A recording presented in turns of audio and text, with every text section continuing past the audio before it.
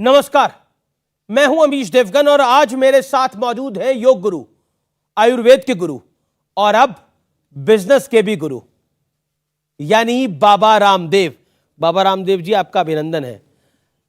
आपको हम योग गुरु बुलाते हैं, अब आपको लगता है कि बिजनेस गुरु भी बुलाना पड़ेगा। आप एफपीओ लेके आ रहे हैं, फॉलो ऑन पब्लिक ऑफर, मतलब पूरी तरह से बाबा कॉर्पोरेट हो गए हैं आप। हाँ, ये ज़रूरत है, ये युग धर्म है इस समय का जी। हमने पहले योग धर्म को राष्ट्र धर्म बनाया, उसको युग धर्म बनाया, उसको विश्व धर्म बनाया और योग करना कराना हम सबका परम धर्म सनातन धर्म। इस समय का वो युग धर्म इस रूप में कि उसके बिना लोगों की ज़िंदगी के नैया पार हो नहीं सकती। BP, sugar, thyroid, asthma, arthritis, जितने भी लाइफस्टाइल डिजीज, जेनेटिक डिजीज और कम्युनिकेबल, नॉन कम्युनिकेबल, अलग अलग प्रकार के जो ऑटोमेन डिजीज़ का जो चक्रव्यूह था उससे बाहर निकाला। पर हेल्थ के बाद अब जब वेल्थ देने की बात है, देखो बिना वेल्थ के तो किसी का गुजारा होता नहीं अमीश भाई। और हमने पर इतनी वेल्थ, 4300 करोड़ का आप ये एफपीओ लेके आ रहे हैं, रुचि सोया का, इतनी वेल्थ, ये तो कुछ भी नहीं है। ये तो उसका जैसे कहते हैं ना, उस पूरे लड्डू का एक भोरा है। ये तो पहाड़ के सामने अभी चींटी है।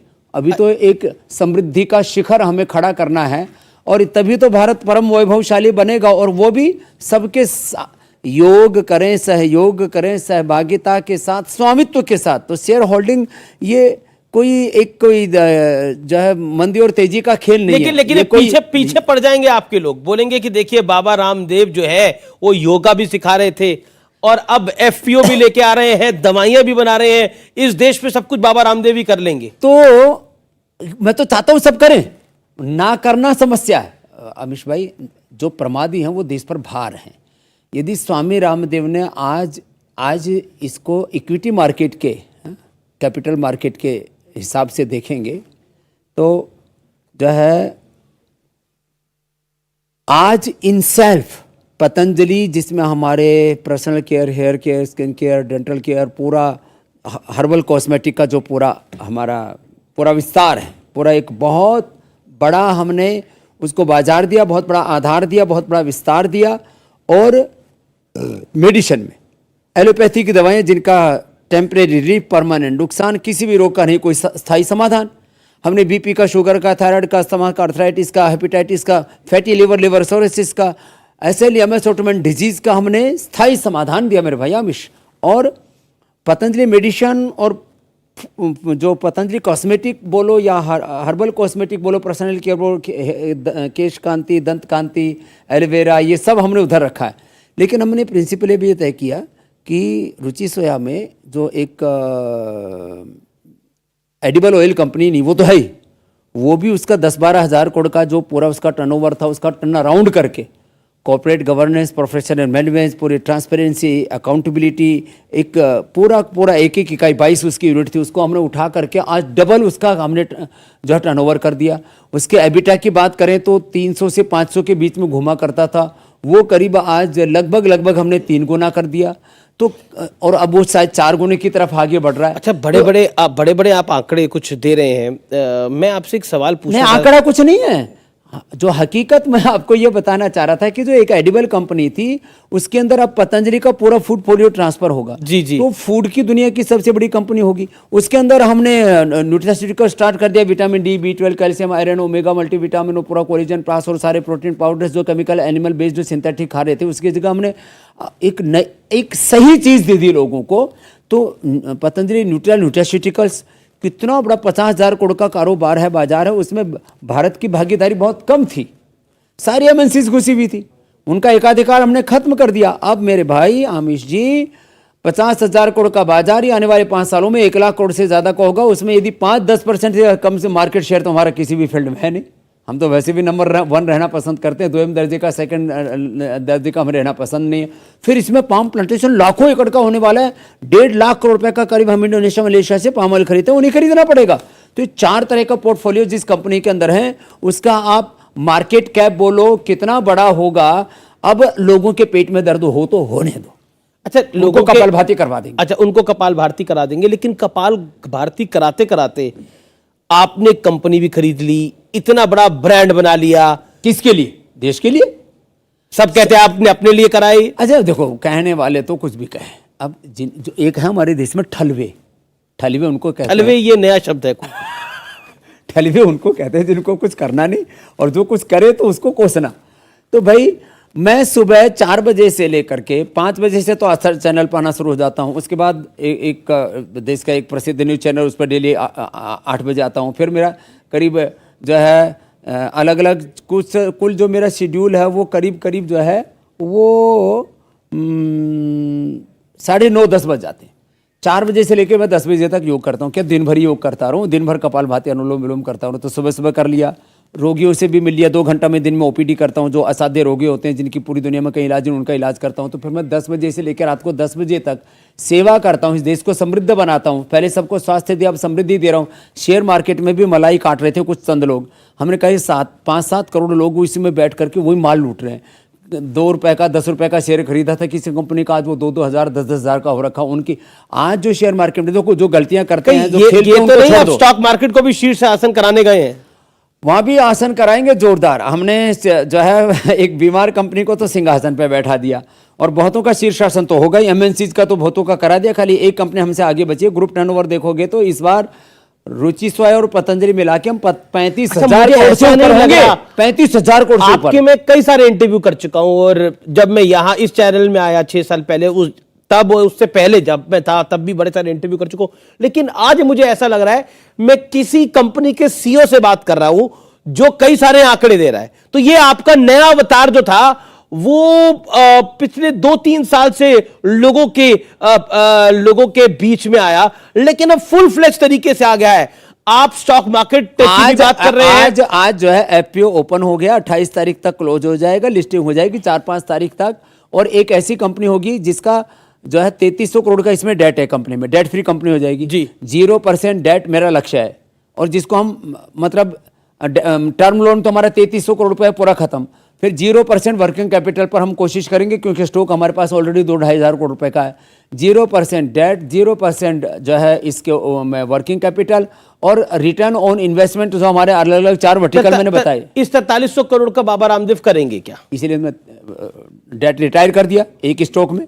जो बाकी बचेगा उसको कुछ को वर्किंग कैपिटल में यूज करेंगे, कुछ को पाम प्लांटेशन में यूज करेंगे। लोगों का भला कैसे होगा बाबा इससे? को ना बीबी ना बच्चे कि कहाँ लेकर के जाएंगे हम हमारा उद्देश्य है इन्वेस्टर्स का भला करना, जी। कंज्यूमर्स का भला करना, अच्छे प्रोडक्ट देना और राष्ट्र का भला करना। और फिर भी जो हमारे पास अर्थ बच जाएगा उसको आविश भाई परमार्थ में लगाना, इसके अलावा कोई मकसद ही नहीं है। अच्छा, आप ब्रांड बाबा रामदेव को आप खड़ा कर रहे हैं। मैं भारत और भारतीयता का ब्रांड खड़ा कर रहा हूं, और जिन्होंने देश लूटा उनकी बैंड बजा रहा हूं। जिन्होंने देश लूटा। अब देखो, आत्मनिर्भर भारत, तेल 1.5 लाख रुपए का भारत से खरीदना पड़ रहा था। 1.5 लाख करोड़, इंडोनेशिया में। तो मोदी जी से तो आपकी बात होती होगी, इसलिए आपको बताना चाहिए। तो oil palm mission Modi ji ने करीब 12,000 करोड़ रुपए का एक पाम प्लांटेशन का मिशन लॉन्च किया। अब इस देश में लाखों एकड़ जमीन पर हम पाम प्लांटेशन करेंगे। 1 एकड़ जमीन में ट्रेडिशनल जो हम सरसों, सोयाबीन, तिल और मूंगफली इससे जो पैदावार कर रहे थे ना, उससे 4 गुना ज्यादा। लेकिन लोगों को लोग सवाल उठाएंगे कि भगवा कपड़े डालकर योग सिखाते सिखाते आप बोल रहे हैं कि हम एमएनसी को बाहर कर देंगे, हम एफपीओ लेकर आएंगे, रुचि सोया का 4300 करोड़ रुपए बाजार से जुटाएंगे। आएंगे नहीं, अब तो आ गया। अभी तो अब ये एंकर लिस्ट देखो इतनी सुंदर बनी है। मैंने तो ये नाम नहीं सुने थे पहले, लेकिन म्यूचुअल फंड इसमें 3-4 जो प्रोपोर्शनेट होते हैं, इसमें म्यूचुअल फंड आया Kotak, UTI, Birla, quant, domestic में SBI cap, SBI life insurance, HDFC जो सब बैंकिंग के महारथी हैं ये जो है इसके फाइनेंशियल वर्ल्ड के। फॉरेन इन्वेस्टर्स में सोसाइटी जनरल, बीएनपी और यूपीएस और आबू धाबी के और मिडिल ईस्ट के कई फंड, सुल्तान ओमान और यस तकाफुल और बेलग्रेव लंदन का अल्मास। और फिर इंडिया के जो टॉप इन्वेस्टर्स हैं, भरत शाह जी, आकाश भंसाली जी, रोहित कोठारी जी, संजय डांगी जी, मधु केला जी, जो बोलरेडो, विंड्रो, ओथम और एमके आदि के माने बड़े बड़े जो इस तो सब आपने मतलब मैं क्योंकि फाइनेंशियल वर्ल्ड को भी जानता हूं, जो आपने नाम बताए ये बड़े बड़े नाम हैं और बड़े बड़े नामों के साथ बड़े बड़ा काम कर रहे हैं। और ये पैसे ऐसे नहीं डालते, वो पैसे तब डालते हैं जब प्रोडक्ट में जान होती है और आगे का 10, 20, 25 साल का देखते हैं और मैंने उनको गारंटी दी 50 साल तक इस कंपनी को वहां लेकर के जाऊंगा जहां किसी ने सोचा भी नहीं था। वर्ल्ड का सबसे बड़ा एफएमसीजी का, फूड का, एग्रीकल्चर का ब्रांड बनाना ये मकसद है मेरा। और इससे जो अर्जित होगा इन्वेस्टर्स को, तो भाई उनको जो पैसा लगाए उनको फायदा होगा, अल्टीमेटली देश को फायदा होगा। और जो पतंजलि के पास पैसा होगा वो 100% अर्थ परमार्थ के लिए होगा। बाबा के पास तो एक चवन्नी भी नहीं है, और वो होती तो गवर्नमेंट ने पहले बंद कर रखी है। गवर्नमेंट ने चवन्नी को बंद कर रखा है। लेकिन मेरा आपसे अगला सवाल जो है वो होगा एक फिल्म पर। फिल्म? जी, एक कश्मीर फाइल फिल्म बनी। वो ठीक है, मैंने कहा मैं तो कभी फिल्म देखता नहीं। एक कश्मीर फाइल फिल्म बनी है जिसमें हिंदुओं का दर्द दिखाया गया है। कश्मीरी हिंदुओं को मारा गया था, 32 साल पुराना दर्द दिखाया गया है। लेकिन एक ब्रिगेड को, जिस ब्रिगेड को आप भी बहुत चुभते हैं, ये फिल्म बड़ी चुभ रही है। तो पहले एफपीओ मैटर को क्लोज करते हैं कि उसमें 28 तारीख तक ये ओपन है, और मैं चाहता हूं कि इसमें ज़्यादा से ज़्यादा लोग भागीदार बने, जिससे कि हम एक पार्टनरशिप के साथ इसको लेकर के आगे बढ़ें। और कोई मकसद नहीं है, मकसद है साझेदार बनाना चाहते हैं, साझेदार बनाना और देश बनाना। क्योंकि देश आर्थिक शक्ति संपन्न जब तक नहीं बनेगा तब तक, नहीं तो जैसे आज रसिया और यूक्रेन को जैसे रोंद रहा है, यदि आपके पास ताकत नहीं है ना तो आप कुछ खड़े इज्जत के साथ खड़े नहीं हो सकते दुनिया में कहीं पर भी। अब आपने कश्मीर फाइल्स की बात की, ये बहुत ही दुर्भाग्यपूर्ण, बर्बरतापूर्ण, एक बहुत बेरहमी के साथ, नाइंसाफ़ी के साथ, अलोकतांत्रिक तरीके से, एक मजहबी तौर पर लोगों में उन्माद पैदा करके जिस तरह से कश्मीरी पंडितों के साथ बर्बरता की, जो एक घनघोर पाप हुआ, वो सामने इस पिक्चर के माध्यम से लाया गया है। एक डॉक्यूमेंट्री बोलो, इसके माध्यम से लाया गया, और ये एक हकीकत है, इसको कोई नकार नहीं सकता। लेकिन पेट में क्यों दर्द हो रहा है? ये उन्हीं लोगों की पेट में दर्द हो रहा है जिनको आपके एफपीओ से भी पेट में दर्द है। अरे वो एक एंटी नेशनल एलिमेंट है जो हिंदुस्तान में रहता है, यहीं की खाता है और यहीं हिंदुस्तान को गाली देता है। तो कुछ, लेकिन देखिए कितनी बड़ी मूवमेंट बन गई वो फिल्म आज 200 करोड़ रुपए कर रही है। उसके आगे कई बड़े बड़े बजट की फिल्में हिल गई हैं। ये देश बदल गया है। हाँ, वो ये बात एकदम आपने ठीक कही। पहले लोग नकली कहानियां, नकली प्यार, नकली झगड़े और नकली बाहुबली, मैं बाहुबली नाम का कोई इससे देशमुख को राजा नहीं हुआ, जिस तरह से उसको हीरो, सुपर हीरो बना करके दिखाया गया। तो जो भी प्रेम कहानी होती हैं, झगड़े होते हैं, सब नकली होते हैं। ये तो हकीकत था ना। तो हकीकत पर आधारित एक फिल्म लाई गई, तो मुझे लगता है आगे लोगों को कम से कम शर्म तो आएगी कि कुछ भी कर रहे हैं, कि तुम करोगे तो आने वाली पीढ़ियां उसको भुगतेगी, गलत कर रहे हो। अच्छा, एक बात बताइए कि क्या आपको लगता है ये देश वाकई बदल रहा है, जहां पर कश्मीर फाइल जैसी फिल्म 200 करोड़ रुपए कर रही है? देश बदल रहा है। ये तो जो 4 स्टेट के अंदर एक बड़ा राजनीतिक परिवर्तन हुआ। कुछ लोगों ने ओबीसी, दलित, मुस्लिम और उनके साथ वनवासी और एक जो कम्युनिस्ट और जो है अलग प्रकार के एक सोच रखने वाले, एक थॉट प्रोसेस वाले लोग हैं, इंटरनेशनल एलिमेंट, वो एक नया गठजोड़ बनाना चाहते थे कि हम बात, मैं किसी सरकार की नहीं कर रहा हूं, ना किसी का पक्ष ना विपक्ष, लेकिन एक बात जरूर है, भारत में रह करके भारत के लोगों को तोड़ने की बात करना, ये देश के साथ गद्दारी है, धोखा है, विश्वासघात है। अब ये नहीं होने वाला। अब हिंदुस्तान का ये जो पोलराइजेशन है, ये मजहबी तौर पर नहीं मैं मानता, मैं ये इसको किसी भी तरह से पॉलिटिकल तौर पर भी पोलराइजेशन नहीं मानता। अब भारत के लोग, लेकिन आप नहीं मानते, लेकिन विरोधी तो यही कहते हैं कि ये कश्मीर फाइल से भी ये विभाजनकारी नीति अपना रहे हैं। मुझे तो हर विषय पे यही आ जाता है। देखो क्या है, मुझे तो ऐसा लगता है अमीश भाई, कई बार हमने पहले भी बात की, जनसंख्या नियंत्रण का कानून इस देश में बन जाए और एक देश एक कानून, कॉमन सिविल कोड, ये तो होना ही है। अब ये 2024 के चुनाव में मोदी जी उससे पहले ये कानून ले आए तो शायद हो सकता है 80% देश उनको वोट कर दे। 80% में मोदी जी और 20 में बाकी रह जाएंगे। क्यों? क्योंकि ये देश की जरूरत है। ये हिंदू मुसलमान का मुद्दा नहीं है। 140 करोड़ की आबादी हो गई, 141 करोड़ के आसपास पहुंच गए। चाइना से हम ज्यादा हो गए। अभी दुनिया की इतनी आबादी वाला देश जिसकी आबादी हम झेल नहीं सकते, ना उतना हमारे पास में खाने के लिए एग्रीकल्चर प्रोड्यूस है, खाने पीने की सामग्री है, ना चलने के लिए सड़कें है, ना स्कूल है, ना कॉलेज है, ना यूनिवर्सिटी है। क्या है हमारे पास? क्यों बच्चे पैदा किए जा रहे हैं? अरे बाबा की तरह अकेले रहो और लाखों लोगों को हमने रोजगार दे दिया, करीब 5 लाख लोगों को रोजगार दिया, 5 को और दे देंगे। हम स्वास्थ्य दे रहे हैं, समृद्धि दे रहे हैं, खुशहाली दे रहे हैं, देश में राष्ट्रवाद का, अध्यात्मवाद का और एक अलग जगह रहे। और हर कोई आपकी तरह सन्यासी तो नहीं है ना। अरे नहीं है तो 1-2 बच्चे पैदा कर लो, कोई जरूरी है फौज पैदा करना? अब जो फौज पैदा कर रहे हैं उनको क्या करिएगा? इसलिए मैं कहता हूँ सबके लिए एक समान कानून होना चाहिए कि भाई आप देश चाइना तो एक बिना पंथ को मानने वाला देश है, उसने भी तो कानून बनाया था। जी, मेरा अगला सवाल आपसे यही है, क्योंकि आपने बोला कि 4 राज्यों में चुनाव हुआ, 5 राज्यों में चुनाव हुआ, 4 में भारतीय जनता पार्टी की सरकार वापस आई है, मणिपुर, गोवा, उत्तर प्रदेश और उत्तराखंड। और उत्तर प्रदेश में एक भगवाधारी योगी आदित्यनाथ दोबारा सीएम बन रहे हैं। क्या कहना चाहते हैं? अभिनंदन। और हमारे से तो आयु में छोटे ही हैं, तो हमारे लिए तो छोटे भाई हैं, हमारे योगी हैं, हमारे तो मतलब योग परंपरा के गौरव हैं। ये सफरेन से तकलीफ क्यों होती है? हमारे एक अंजुम बिलाखिया जी, उन्होंने बोला मेरे को 100 करोड़ रुपए इन्वेस्ट करना है। मैंने कहा भाई अभी, क्योंकि हमने 3000 करोड़ से ज़्यादा इन लोगों ने ऑफर किए थे, एक मर्यादा में 1290 करोड़ से ज़्यादा नहीं ले सकते थे। हमारे साथ जो राष्ट्रवादी मुसलमान हैं, उनके पिता पूर्ण गांधीवादी है, गाय का दूध पीते हैं, कोई उनके घर में नॉनवेज नहीं खाते।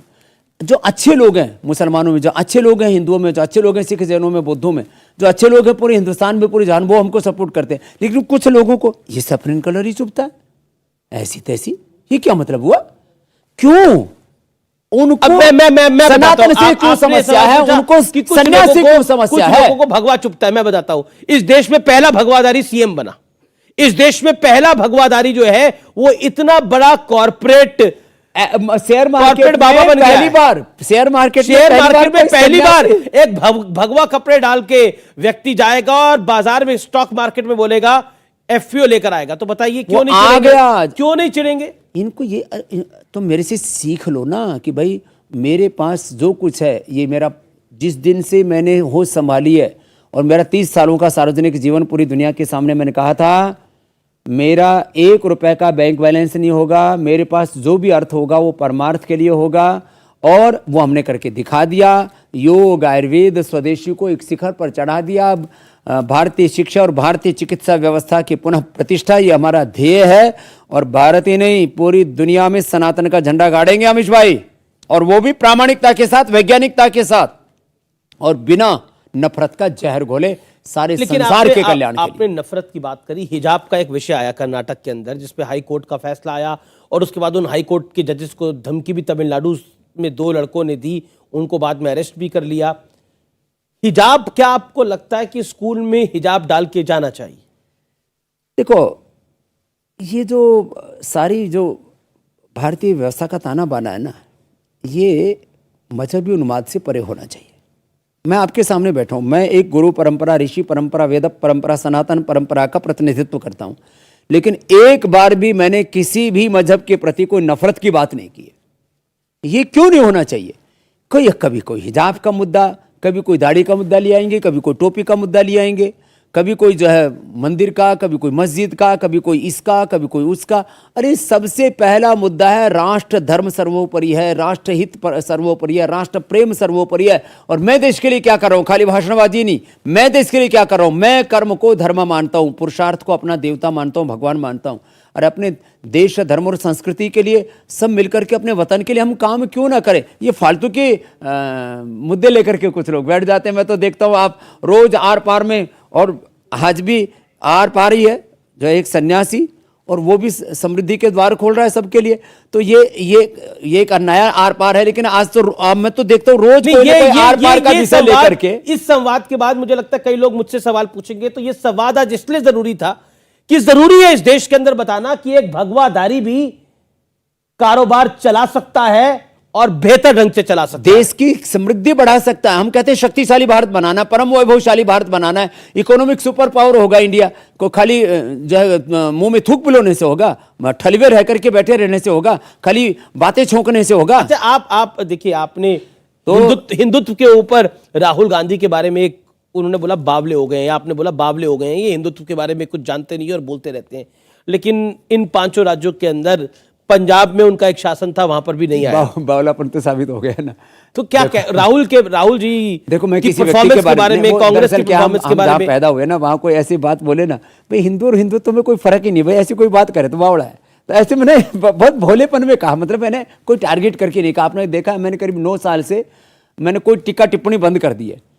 एक वक्त था जब देश की जरूरत थी, मैं इस देश में पॉलिटिकल अवेयरनेस भी की, लेकिन अब मैं विशुद्ध रूप से, मैंने कहा ना, सुबह 4 बजे से लेकर 10 बजे तक योग में, और 10 बजे तक और रात के 10 बजे तक कर्म योग में 18 घंटे काम करता हूँ।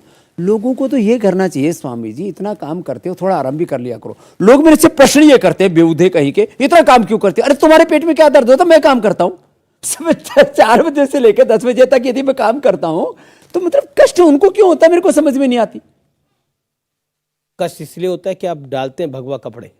अरे भगवा कपड़े तो चलो स्वामी रामदेव, चलो कर लो स्वामी रामदेव सी, लेकिन स्वामी रामदेव तो भारत भारतीयता का गौरव बढ़ा रहा है, वेद परंपरा ऋषि परंपरा का गौरव बढ़ा रहा है, करोड़ों लोगों की सेवा कर रहा है, उनको स्वास्थ्य दे रहा है, उनका बीपी शुगर थायराइड ठीक कर रहा है। देखिए आप पॉलिटिकल विश्लेषण भी बहुत अच्छा कर लेते हैं।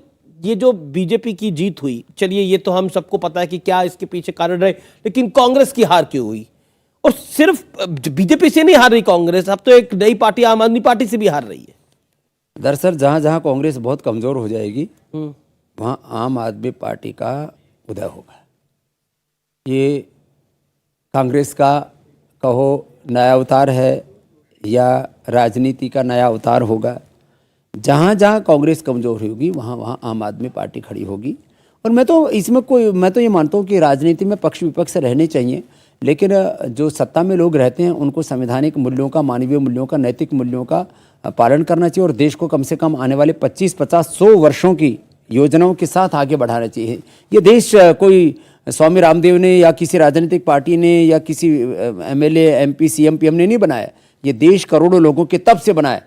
देश की अस्मिता के ऊपर कोई आंच नहीं आनी चाहिए, चाहे शासन जिसका हो।